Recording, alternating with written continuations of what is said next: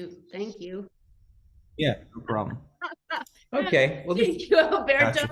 I think you need to be our like Zoom hang assistant. Well, that's perfect timing. That's perfect Yeah, no timing. problem. Actually, perfect timing. It would be just fine. Yeah, gotcha. So, if I'm playing that, you know,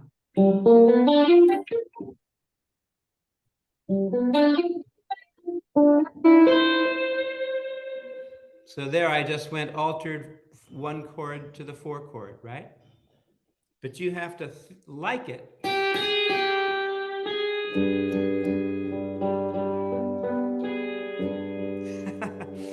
See, you're not hearing it like that. It's not, you're not hearing that.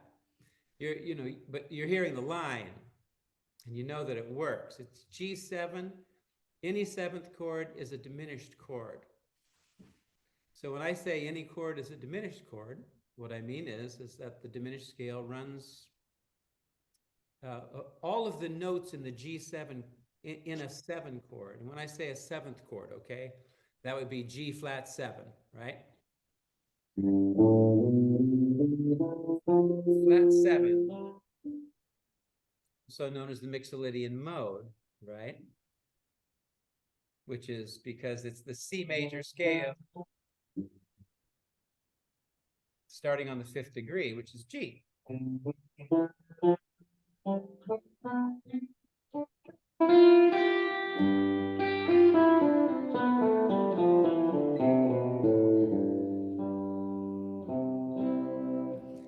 Is that clear? Does that kind of make sense? Like it's the modes, you know? G is the 5 chord of C major. So as I always like to say, no one ever says blues in the key of C Mixolydian mode. No one ever says that. They say blues in G. Actually, you're playing in the key of C, but your center point is G. It's your new reference point, and you get a 7th chord instead of a major 7th chord, which C would be. Major 7th, but that's the 3rd of G. The 4th of C is the flat 7 of G. So, again, when I kind of realized that, played the G, I used to call it the G7 scale, because I didn't know what it was. I didn't know it was the Mixolydian mode in the key of C. So I think that's very funny. Blues in C, Mixolydian mode. I love that. To me, that says it all right there, It's G7, it's the C major scale. But also, all of the notes in the G7 chord are in the diminished scale in the key of G. And that is the diminished scale in the key of G.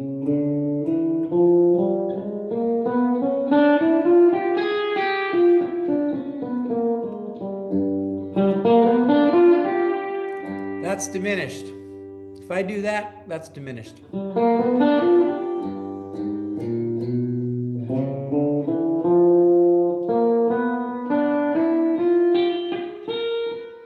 Right? So it has to get into your ear. Like do da da da da da da da da da da da. You need to hear it. Da da da da do do do do do da do da do da da da da da da da da.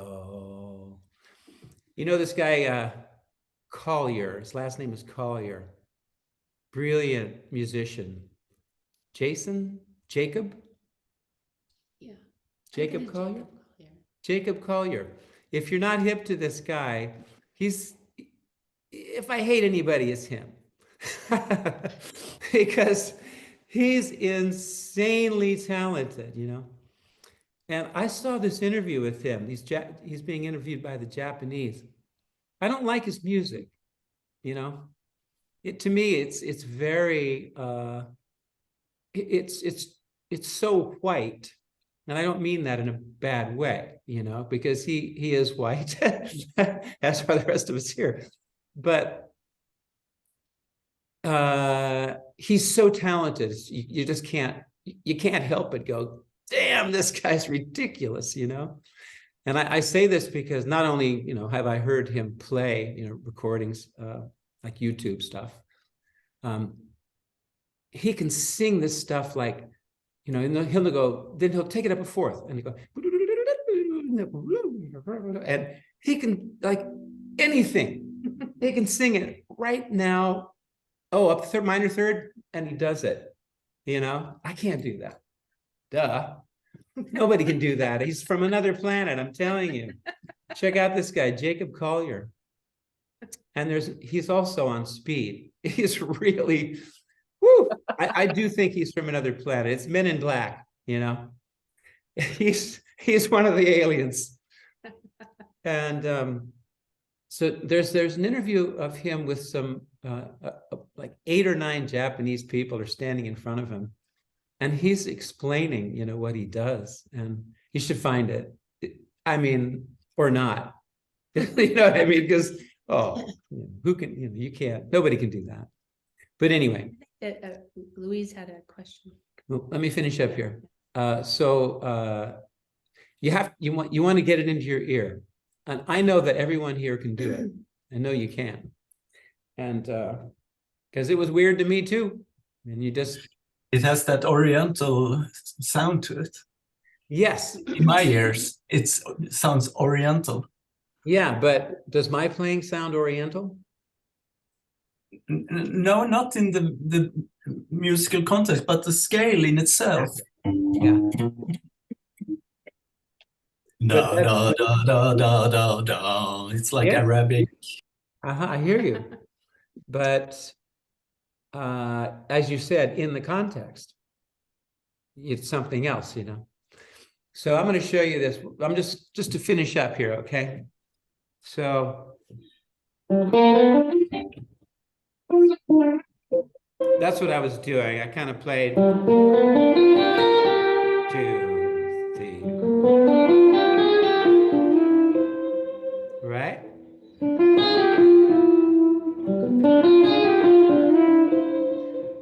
Three, so beginning of a blues.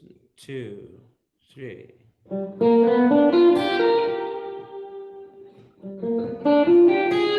Well, I'm not doing it. My timing's not right. 1. Oh. 2, 3.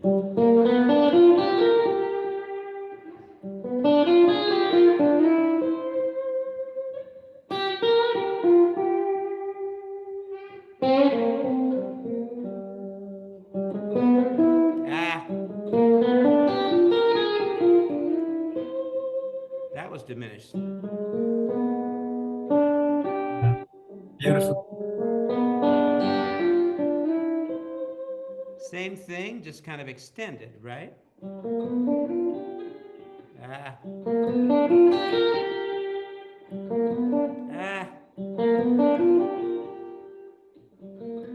Wow.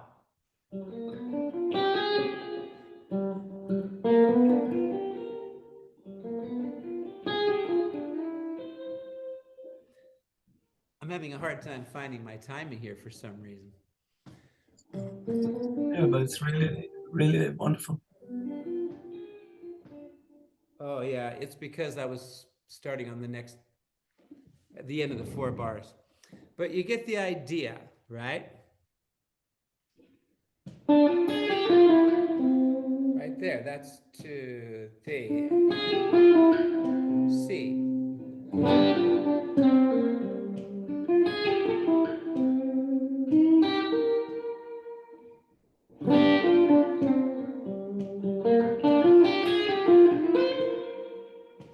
So I'm fooling around with it, you know, playing it in different ways.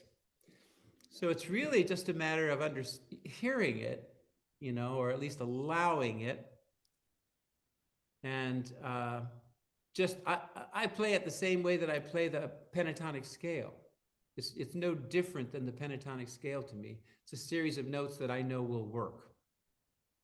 and then you create the phrase, you know. I never heard anybody play like this, so I kind of was on my own with it, you know. The diminished scale was generally used in a far more sophisticated way. You know? Okay, we have two people with questions, and I think Louise did she have a question? We'll come back, Kels. Hi there. Good morning. I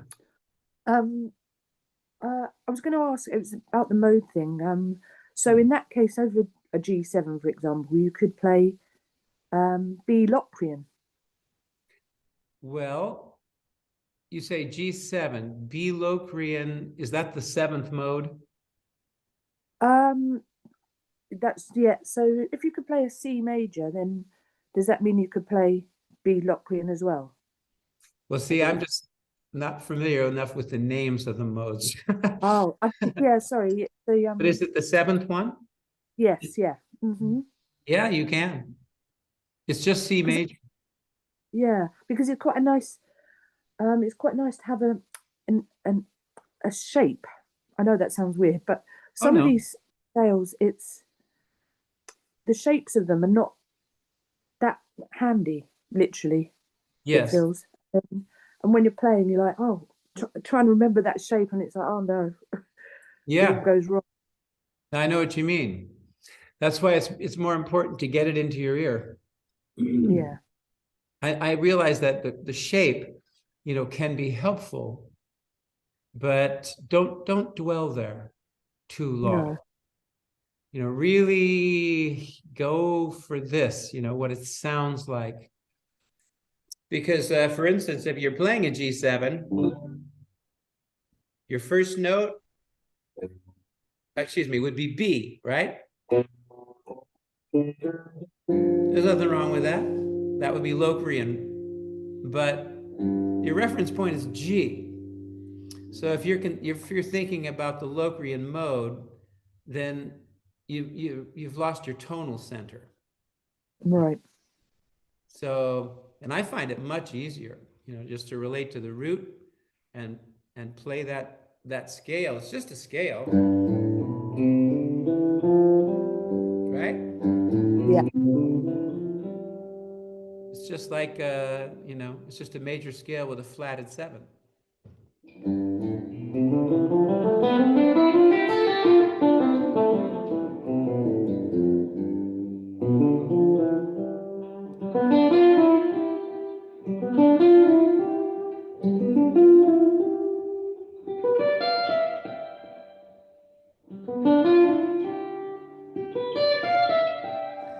And know how to play that thing all over the guitar. All over.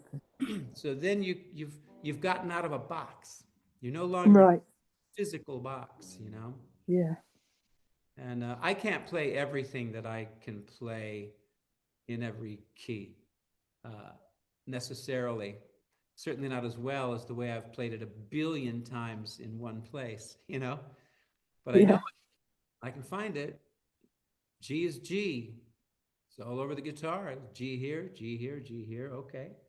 And now you have. So that, go ahead. is that a little bit like I know they keep, you know, the cage system or whatever you want to call it, so that you've got all of your shapes. I mean, it is similar to that, but it's got a label, isn't it? Everything has a label.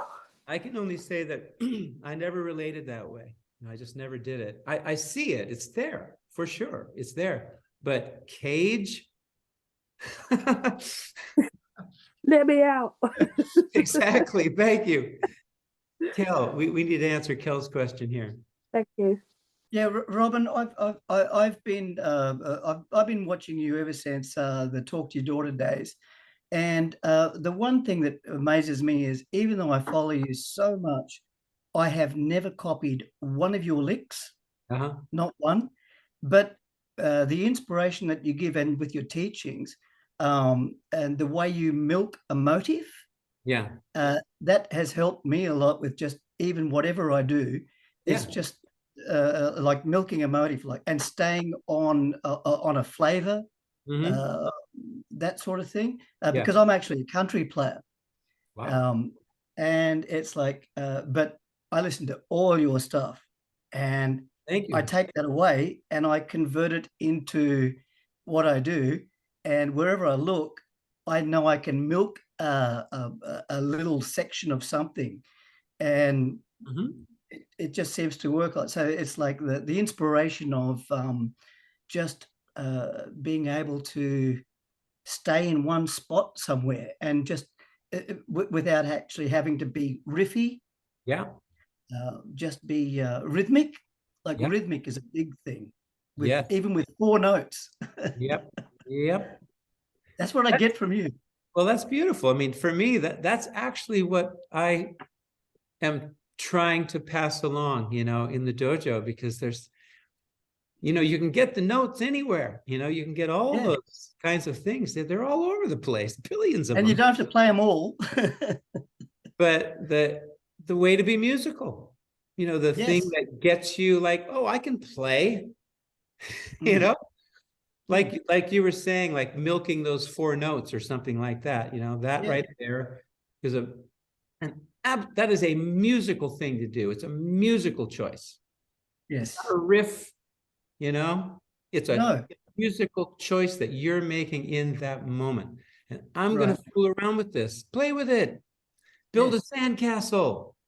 Yes. You know what I mean? That kind of approach. Yeah, beautiful. Where it becomes music and joyful and fun and great, you know, because you're like, you're living it in the moment. Yeah, great. Thank you. That's really cool, man. I appreciate that. Really do. And Elaine has joined us.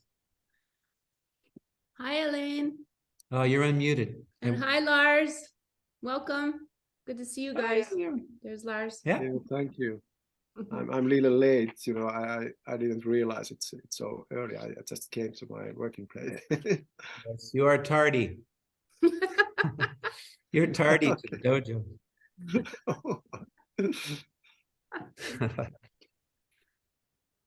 So Lars, what's up with you, man?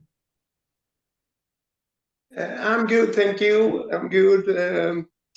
I'm thinking a little bit about the rhythmics part here, what we discussed in previous dojos. Looking into a little bit of your material in the True Fire riff section. I bought that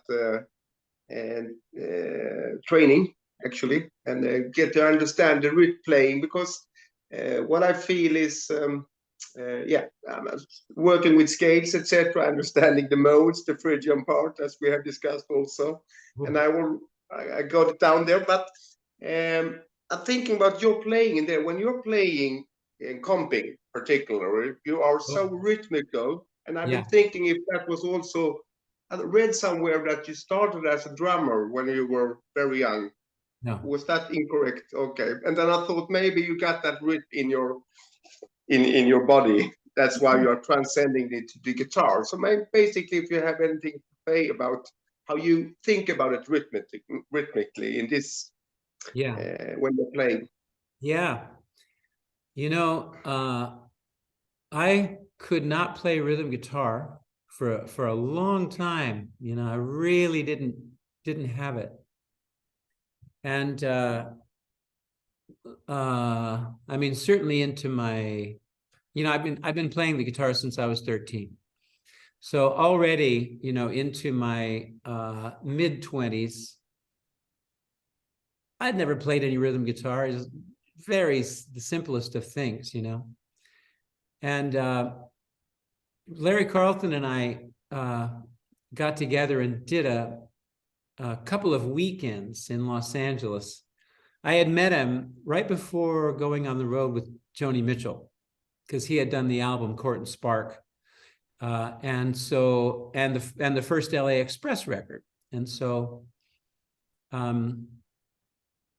they asked Larry Carlton to come down and help me with, you know, what was going on with the guitar parts on the album, their album. And so it was a brief meeting. You know, he showed me like 1 or 2 things that he was doing. It wasn't like it wasn't deep. The whole band was just there plugged in, and Larry was just hanging out and going, yeah, it goes, you know, like this, you know. And I had never heard of him. I didn't know who he was, you know. And then we toured, got off the road, and I got a call from Larry. He said, "Hey, man, you want to come over and jam?" And I'm like, "Sure, why not?" And so I went over to his place, and we sat down to play, and I was all just kind of riffs, I mean, I didn't know how to play rhythm guitar. I really didn't at that point. I was doing things in the band that were there. It's like, okay, this is what you just played here. And so, okay, I'll learn it and I'll play it. But it wasn't a natural feeling to me because I wanted to be a saxophone player on the guitar. So it was all riffs, melodies, and I would lay out when somebody else took a solo, like a horn player. In my bands, that's what I used to do. So anyway, he and I are kind of playing, and I'm struggling really. And he says, "Where is it, man?" I'm like, and he goes, "Just go like this." And so we're playing, like whatever we're playing, and it's like I didn't really.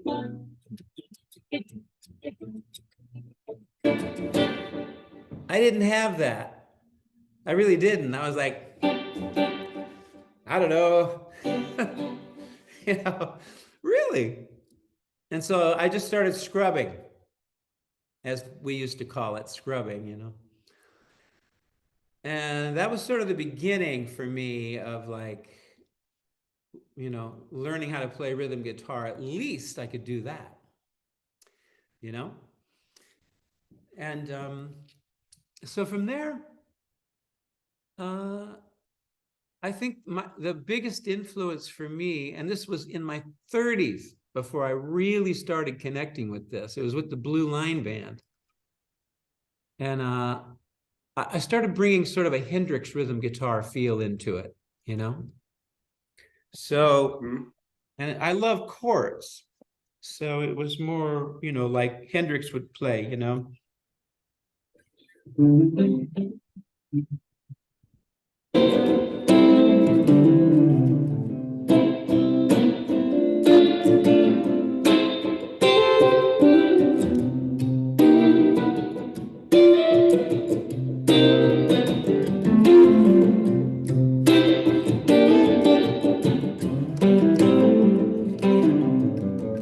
And then there's that single note thing, right?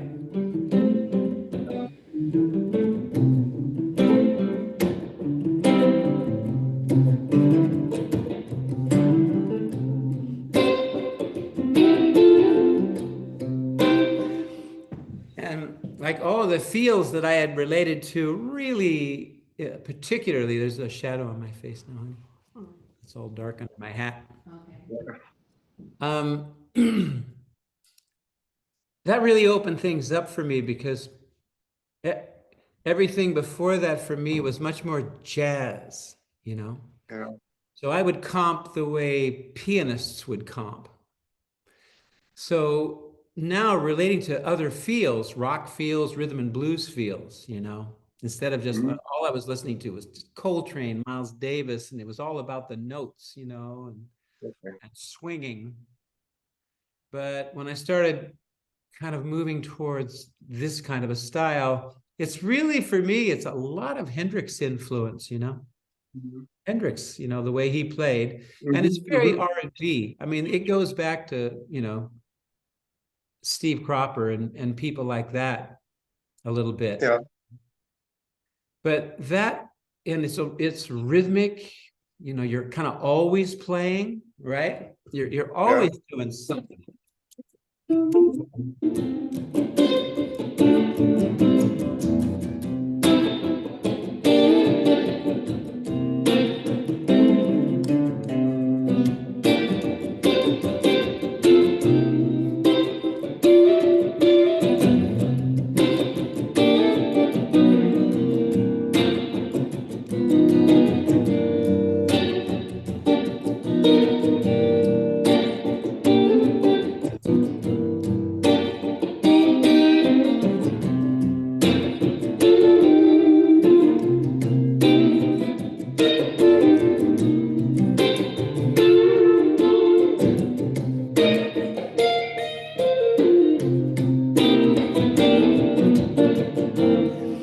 I'm just kind of scrubbing away here, but the first thing was this, you know, just keeping that thing going, you know, and then, you know, you're not always playing notes, right? But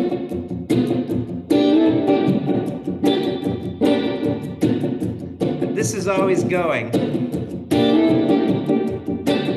And then you know, you touch when you want to hear something.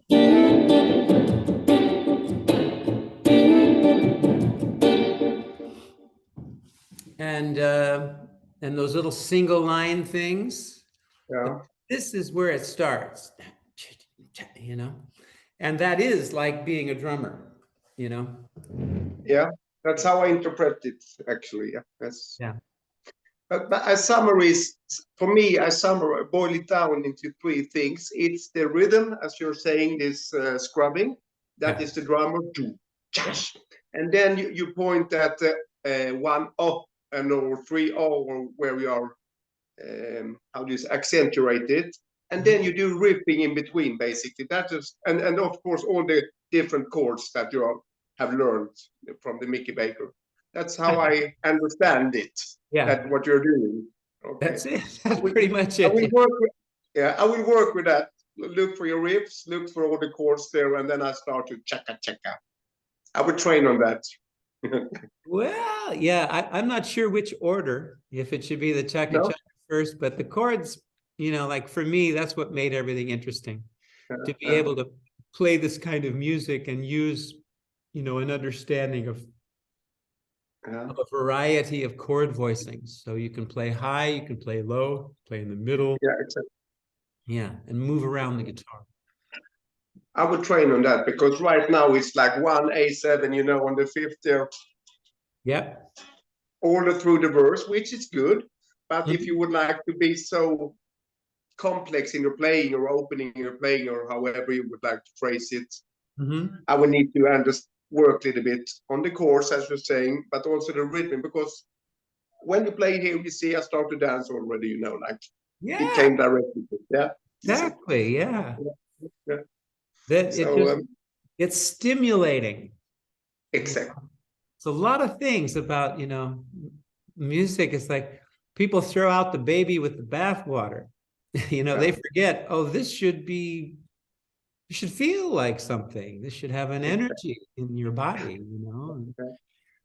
And thank you. Yeah. It enlivens. Thank you very much. You're welcome. Thank you. Yeah, Cal. I was just thinking there, like, even with all the embellished chords that you do and playing you do over there, can you play with just a standard 12-bar, like a throwaway 12-bar band, and you can embellish, even though they're not playing those chords, you can still play whatever you want over the top of them? Well, you know, you know, like one of the quotes that we use here, you know, is you're always serving the music, right? Right. So it's, you know, you play the hand you were dealt. So it depends on who you're playing with, you know, what you're going to do. And, you know, so my philosophy is like when I start to play with people for the first time, I sort of kind of pretend to play for a minute, you know, because I want to hear what's going on around me. And then there's a couple of approaches, you know, if something is happening that you can fit into, then that's where you go. And if you can tell that everyone's just sort of playing, you know, they're just sort of playing the things that they play and what they know, then you step forward and you lead, because this band needs direction, you know. So then and it's amazing, you know, like that, you know, I don't know, there's such a kind of a lack of understanding of the most basic thing. And I was that guy, you know, when I was all a super jazz head, I did not know how to do this stuff. And I didn't really get into it until my 30s. So I understand it. So it's like, okay, things aren't really happening here. I step forward. And if the band is good, I'll just fit in, or I can lead, so, and that's where the give and take thing happens, And it only happens, when everybody gets it, when everyone understands, It's like, oh, that's covered. I'll do this, It was a beautiful image to me. I just want to relate this because I just loved it. A personal experience when I was with this group, the Miles Smiles. It was called Miles Smiles, tribute to Miles Davis Band. And I think the first time we did it was 2015. And I saw a video, I had the experience, of course, which was fantastic. So Omar Hakim, Daryl Jones, Joey DeFrancesco, Wallace Roney, and Rick Margitza on tenor. And I was watching a video from the performance, and everybody, like I always like to say it, everybody's like this, you can tell. You just look around and everybody is listening. It's a bunch of rabbit ears up there. And you can just tell by the body language and, everything. It's like, everybody's like totally engaged, listening to what's going on, and okay, and it's so cool, when that energy starts going and everyone's just you're all in the same state of mind. And then it becomes this just wonderful thing of give and take. And oh, it's beautiful. That's the best experience I ever had of that feeling, was with that group of guys. I haven't had it since. Maybe next summer. Yeah. Oh, yeah. Okay. It's true. We're looking at a tour, not next summer, but next fall. Next fall. I mean, Yeah. Like September, October. Looks like we have Vinnie Colaiuta, Larry Goldings, and I'm hoping Daryl Jones as a quartet, and we'll tour in Europe. And that's very exciting. I watched that Scary Goldings. Yeah. And they seem that they're brilliant players. It's the same idea. Yeah, wonderful. But that's more like a James Brown kind of a thing, You hit that groove and you just keep playing that groove, which is great. Everyone should have that experience, Tell you another thing. I mean, I don't know how many of y'all have bands, or play with other people, but I remember David, he's a great steel player, Lindley. David Lindley, anybody know? From Jackson Brown. Yeah, that was his real gig for many, many years, but he played on a billion records, and he had his own band. And I remember him saying, that before he went into the studio or on tour, I think it might have been the studio making a record. They would just rehearse the rhythm section for like 2 weeks. It would just be all rhythm. What's happening? Who's, what are you playing? What are you playing? What are you playing? And they would just carve it out of stone. And that's a way, because then it creates power, man. Everybody knows exactly what they're doing, It's not improvisational. I like the loose thing that's very together. Play with people if you can, folks, I don't know how many of y'all are doing it, but play with people, man. That's the thing. Okay, any other things? How about you, Michael? What's up in your world? We'll come back, Elaine. Sometimes it's just better to listen.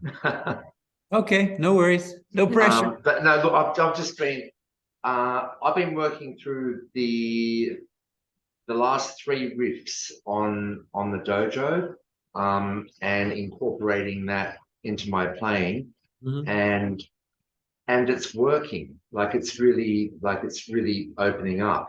So I'm really pleased.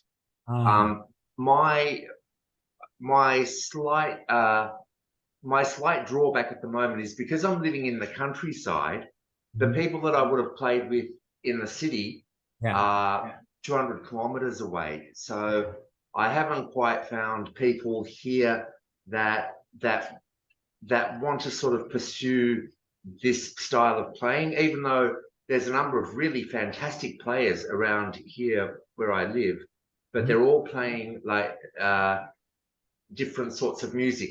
But we'll get there, you know. We'll get there in the end. But in the meantime, I just keep plugging away with your lessons, basically. And so the lessons that I'm doing are basically what's on the dojo, and I absolutely like hearing you talking about rhythm playing. This book here, I just think is fantastic, because whilst some of it seems quite simple, to play it well is difficult, and it's really quite joyous, sort of getting into it more and more. And also, and I still really like the blues motif course. There's so much in that, and I've been working on that on and off for months, and I'm up to the 6th piece in that. And I'm looking forward to the course that you're bringing out in December on True Fire, the slow blues one. Have you got any? Can you talk about that one? This new course that you're doing that's coming out. You know, I've done so many courses with them, and it was, you know, like, and we always do a few at one time, and then months later they come out, and it's a little bit difficult for me to know exactly. But what is the title of it exactly? I don't know the title offhand, Robben, but it's the one where it's coming out in December, and you said that you're specifically concentrating on improvising over slow blues. Yeah. Because there was, I think you were saying that you could infuse more emotion into it. Yeah, I mean, that's always true. Slower music, you know, there's more space, more time, you know, to really bring yourself to that moment, you know. And that was indeed the focus of that. And I wish I could remember specifics about it, but it's hard for me to do so. Yeah. No, well, I think it's coming out next month. I signed up for it. It's coming out on True Fire. I signed up for it a couple of months ago, I think, because slow blues is, the older I get, the slower I prefer music to be. I can't keep up with the things that enthused me in my youth now sort of almost bore me shitless. So yeah, I hear you. Yeah, I'm a slow to medium tempo guy, and I have been for many, many years, you know. Because I'm not a super fast. I'm not a technical player, you know, really very much. It's more like knowing the fretboard. I want to know the fretboard. I want to know what I can and cannot do wherever I am, you know, what's available to me in this position on the guitar, and make melodies and yeah. Look, that's what I really love about your playing. It's like every note counts, and a lot of players play too many notes, and they're superfluous. And to me, it becomes non-musical, as opposed to like every note that you play really counts. So I've been listening to the Common Ground record a lot, and then also the previous record that you did with Bill Evans. They're stunning, those records, because every note on those records count. Yeah, that's the first one was cool, but we actually recorded the second one a little better. We were in a better environment, you know, and indeed that's a perfect example of the way that I kind of make myself comfortable, you know. I write and make myself comfortable in this music, whatever it is. Bill's music is a whole nother story, and I just kind of like have to figure it out and do my best, you know? But my own writing. I love how it melds. I think you really, both of you totally complement each other. Yeah, I would agree. It works. It is a pairing that works. And of course it's Daryl Jones and oh yeah. Carla. Yeah, it's fantastic. I love that record. Thank And you. I'm getting the vinyl of it as well, but I'm Oh. getting my girlfriend to pay for it. So for Christmas. Well, God bless you. Bless her. Elaine, you had something? Yeah, well, about the playing a rhythm in the band. So I should say that it's almost always you do something in top of the chords, because of I never found the situation that you play exactly the guitar sheets. So you are creating something else, because of Yeah. you kind of recreate the whole guitar part in every situation. This is how I find it, because when I started, I was lucky to play in the big orchestra, and it started like that. You need to recreate the rhythm guitar in every single time. I should say. I don't know how you feel about it. Well, it is the way that I work, and I've listened to some recordings of myself fairly recently. You know, like the thing that I did up in Helsinki. You know, there's a video of a group up there, and there was another thing like He that. was there. That's right, you were there. We met you there. You were there. Oh yeah. And also a couple of things that, you know, within other similar situations, you know, where it's not like exactly my band, but playing with other people and making it work.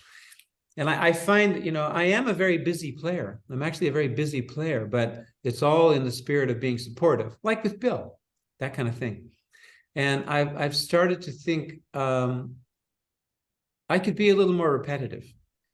And I think that it would feed the rhythm a little bit more, you know, because man, it really just over the years, you know, I went from completely abstract music. I mean, I used to listen to I always liked tempo, like a lot of Coltrane's music, you know, I mean, that he left time, you know, there was no longer a beat. There was no longer 4/4 or 3/4. And they're all just playing their brains out, like all the time, all of them. And I used to love that music, you know, but I really moved away from it. And over time, more down to earth, down to a groove. If that's not happening, what are we doing, you know?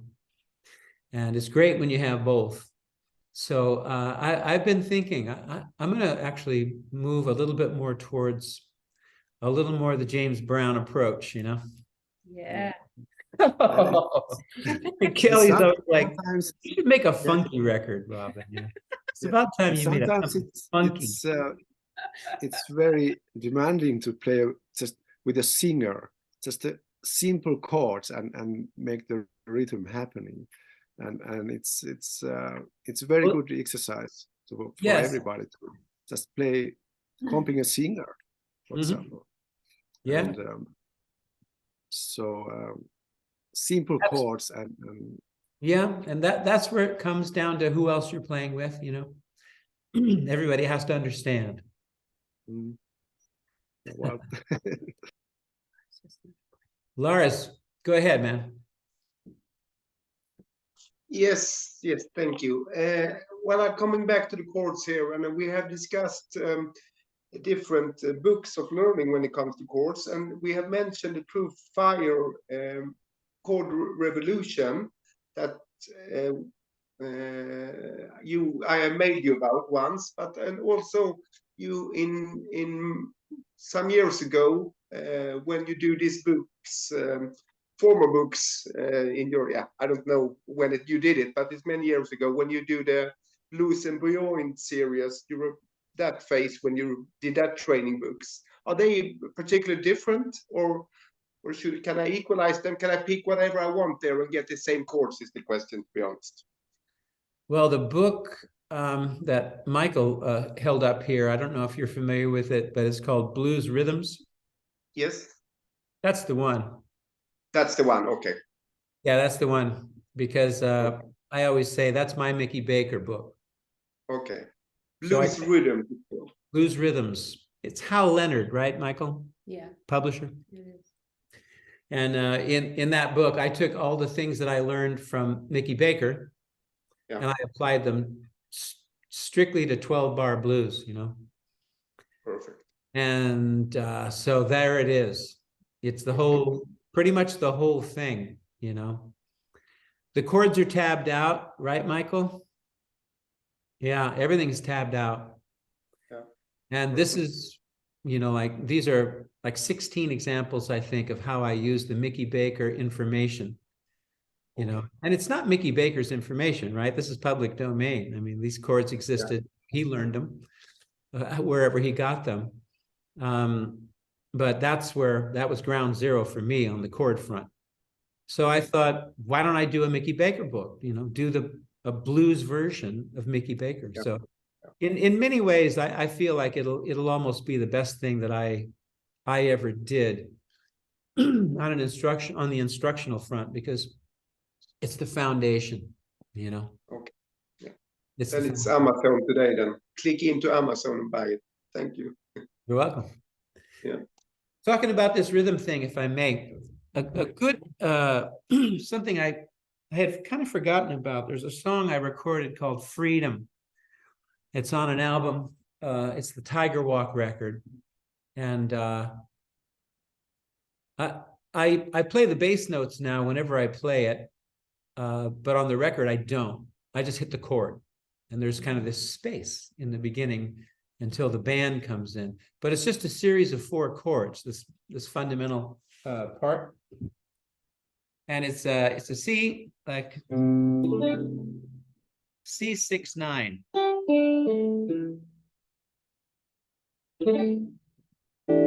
I play it like this, so I can get the C here, right? So it's G, D, A on the G string, E on the D string, and a C in the root.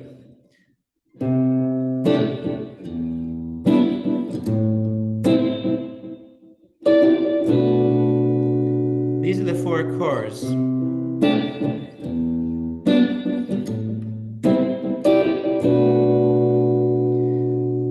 So it's just an E,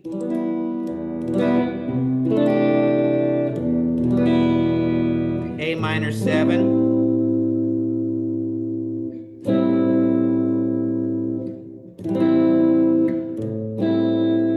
and then this,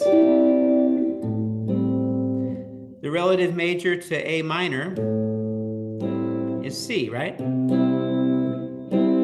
That's just a C triad with an A in the root.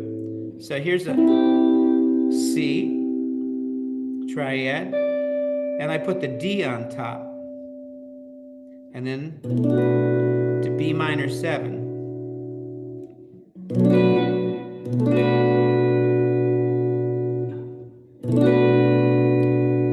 So for me,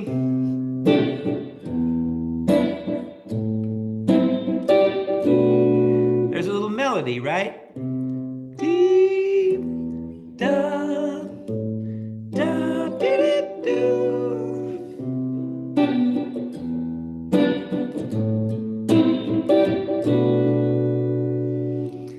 So that little melody on top is always there, With everything that I play, there's a top note melody that makes it singy. You can sing the rhythm part, And I started opening that up. I love this E minor 7 voicing, right? So it's just F sharp, open G, D. On the record, I just go.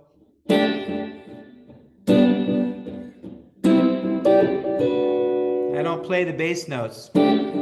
Space, G triad, relative major to E minor. That's a G triad.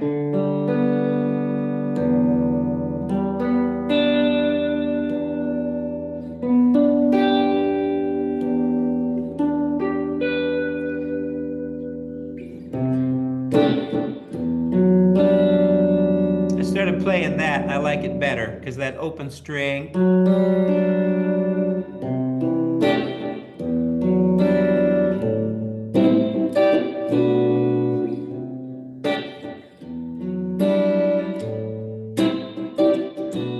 It's scrubby.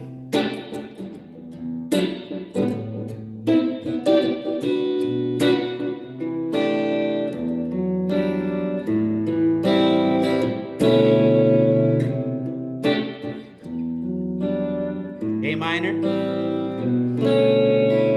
I love that B minor 9 chord right there. It just changes the ear, right? So the melody that I'm playing here. Dee, da, da, da. I just think that's beautiful. I love that B minor 9 because it totally shifts the harmonic thing. And the ear just goes, oh, what's that? You know? So, see, 4 chords put a big smile on my face. You know? That's the E minor. Anybody play that? Have you ever played that? You know? And I'm dampening the A string with my, you know, this finger. So you can't hear it.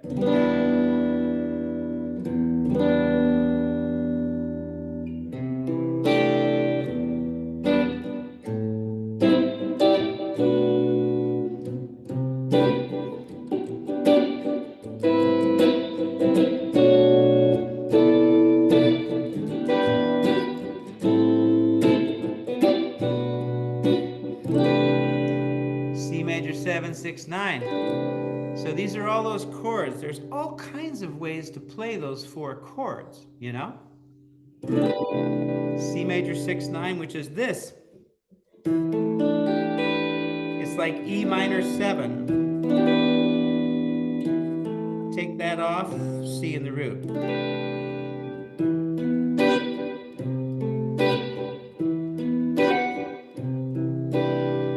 Same chord voicing, different bass note, you have a different chord, right?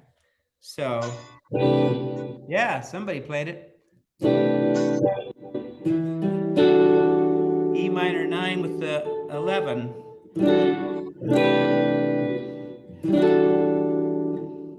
I want to hear. So I'm playing.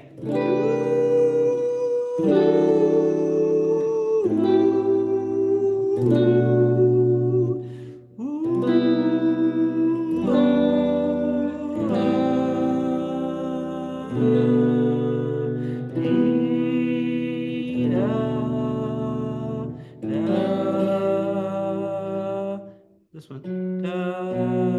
Not much going on there that I can do. But you hear, I'm just playing the major scale. D, da. Let's see, where did I do it? Here. Da, da, da,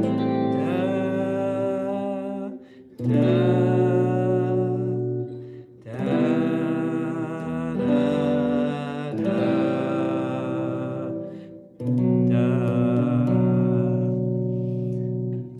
These 4 chords, you know, I can play the, what scale is it?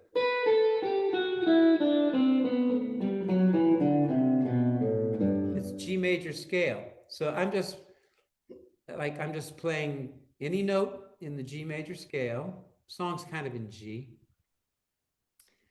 And I'm playing those 4 chords in different places, you know. Mm-hmm. And all those chords I learned out of the Mickey Baker book. So anybody can do it. Right? Yep. It's a good way to navigate the guitar. You know, like, oh, there's an E minor 9 right there. There's an A minor 7 right there. Is this making any sense? Absolutely, for me. Beautiful. Yeah. Mm-hmm. So just take those 4 chords and then play the major scale. Mm-hmm. That'd be a very good exercise, you know. So you know the first note, and you know the chord is C. This one That's your standard C major 7 voicing. That's a good one. Now that E minor, it's an 11th chord. So you have to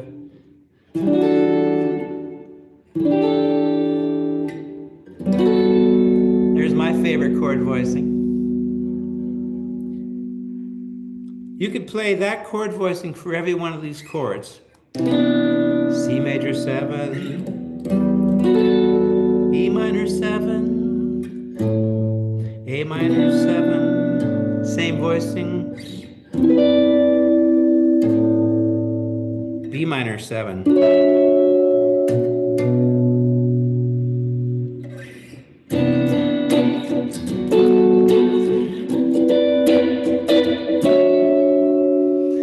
Now that's something that I would do because of the chord voicing, every time it does a little thing, you know. Because of the chord voicing, it has a slightly different effect, you know, on the ear. You put a different bass note in it, sounds like a different chord, you know, suddenly.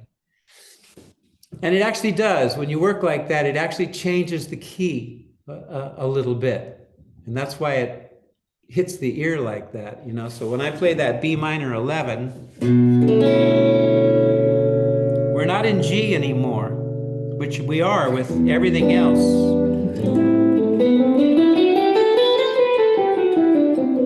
G.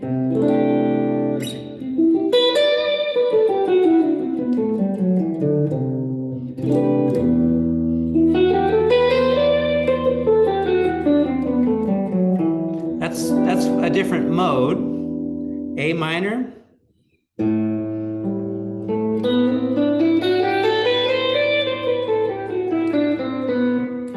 Those all work. You go there, you're in a different key now.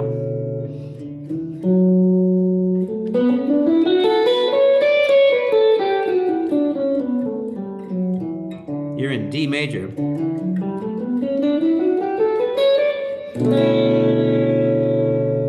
And that's so you have something new to play, but it's still just it's still just a major scale. Mm. I was playing a G major scale for the first 3 chords, and then I'm playing a D major scale for the 4th chord. Major scale, do, re, mi, fa, sol, la, ti, do. That's it. So this is why, you know, understanding the guitar, you know, knowing where you are, it's all the same thing. It just moves to a different key. It's exactly the same information, just in a different key. 1 chord, 2 But chords. you mean the last chord you meant when you're playing in the D scale there, it's on the B minor chord, you mean? Yeah. Is that what how? Yeah, Yeah. exactly. So okay, and that okay. So you're okay. That is quite cool because then you're changing the keys Yeah. with the same chords in. That is how you get these tensions, I guess. How you're thinking musically. Yes. Yeah, exactly. And then you actually, yes, sorry. Yeah. Well, otherwise it's just B minor 7, you know. Exactly. A minor to B minor, which is the 3 chord of G, right? So all of those chords, the way it's, you know, written, just those 4 chords, they're all just triads in the key of G and the G major But scale. one could also be brave and playing the A on the last chord, B minor. You could also be brave and play A scale, A major scale. So you got the B Dorian if you thought it sounded well, right? So that's how you're thinking about it. Again. Yes, absolutely. Yeah, and you could also. Yeah. Good information. Right on, man. Cool. Thank you. Is there something more there, babe? No, I'm just looking. Okay. I think that's it for today, everyone. Thank you so much for coming. It's always a great pleasure for both Kelly and me to hang with you. This one on? Thank you so much also for making this. Thank you. Welcome. Thank you. We'll be back next week. Looking forward to that. Thanks, Robin and Kelly. Thank you. I don't know if we'll keep this hang open because we've gone almost an hour and a half. Because we will be in the future keeping the hangs open for another extra half hour. But I've just scheduled it already for an hour and a half. So the next time you guys can hang out together after for a little while when we hop off. Let's get because I'm wondering about this, like, would people, I know this is a sudden question. You may have to think about it, but would people rather hang a half an hour before or a half an hour afterwards? If indeed we do this. Any feeling about that? Well, here in Australia now, it's 10:30 at night on a Sunday night. So Good point. It might be better for us Okay. Yeah. before. Okay. Okay. Yeah, and then we're gonna work on some other options with Alberto, so we'll keep you posted. So great to see I everybody. think the Discord platform will solve all of this because Yeah. anytime you can just go there and hang out with people. Yeah. So Yeah. anytime. We'll fix that. It's awesome. I'm gonna get on that this week. It was very funny. Alberto wrote us this note and he said, hey, I think a way to really bring the community together would be through Discord. Do you understand how that's funny? Yeah. Alberto? Because of the Discord word. What is the real meaning of Discord? What? What is the real meaning of Discord? That's what I was saying. 'Cause Discord means like everything is crazy, nothing is working. It's just nobody's understanding each other. Discord is against. Right. Like to create discord is to cause trouble within the community. Everybody's Perfect. mad at each other, you know? So it was kind of funny when we read your note. The way to get everyone together is through Discord. Through Discord. It matches. Yes, Matches Alberto. perfectly. Yeah. But we'll work on it. Thank you for All that. right. suggestion. Yeah, sure. No problem. Thank you. All All right. right. Good to see everyone. All right. See y'all. Talk to you Thank later. you. Bye-bye. Bye, guys. Thank you. Bye. Thank you.